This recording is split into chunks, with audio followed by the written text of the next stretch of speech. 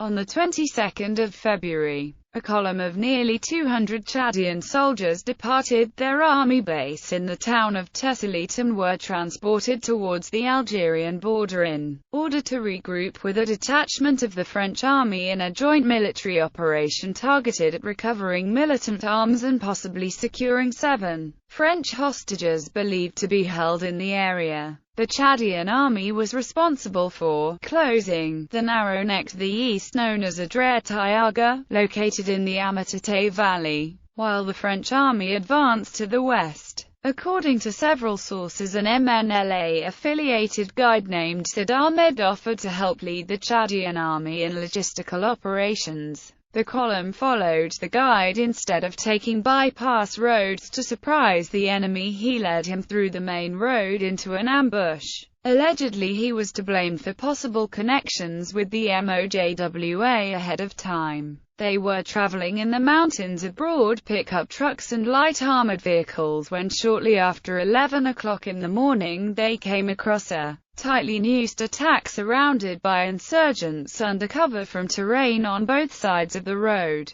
Taken under fire, they first performed a tactical retreat rather than a counter-attack and resumed their progression on a rough and difficult terrain. A hit-and-run style attack left at least 13 Chadian soldiers dead on the spot and wounded dozens more. Instead of falling back, the Chadian column struck back at the attackers, receiving needed French surveillance planes and logistical operations able to track the MOJWA insurgents to their base. French airstrikes disabled a number of hostile technicals, avoiding further casualties on the Chadian side and raising overall morale. Then soldiers searched a tight network of caves and suffered their heaviest losses in close combat.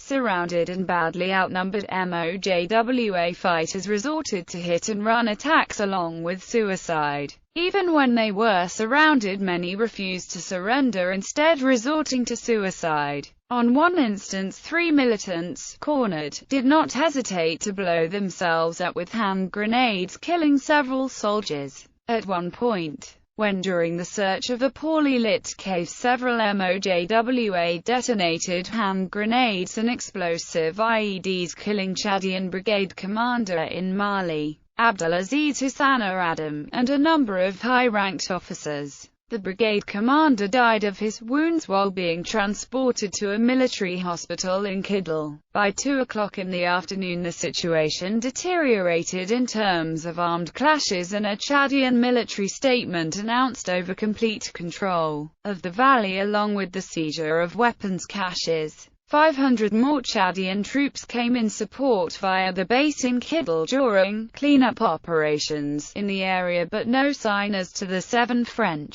hostages was found, a key objective to the mission. Likewise, throughout the operation, Chadian soldiers were supported by French warplanes who brought fire support and aerial coverage. After 10 hours of on-and-off battling jihadists, the Chadian army took control over the 30 km long Amatate Valley, recapturing all the ground they previously lost. According to a French chief medical officer, who took charge of the wounded, said around 20 soldiers died on the field, with most of the shots coming from point-blank range. He also indicated that a significant number were wounded in the head or torso, evidence that jihadist fighters are well trained and prepared to battle infantry. The wounded and deceased soldiers were transported by vehicle to Kidal, where by then the casualty toll had risen to 25 dead. The wounded were then transported by helicopter to Niamey, Niger. On the 28th of February, another soldier injured in the fighting succumbed, raising the death toll to 26 dead, with another 51 soldiers being hospitalized.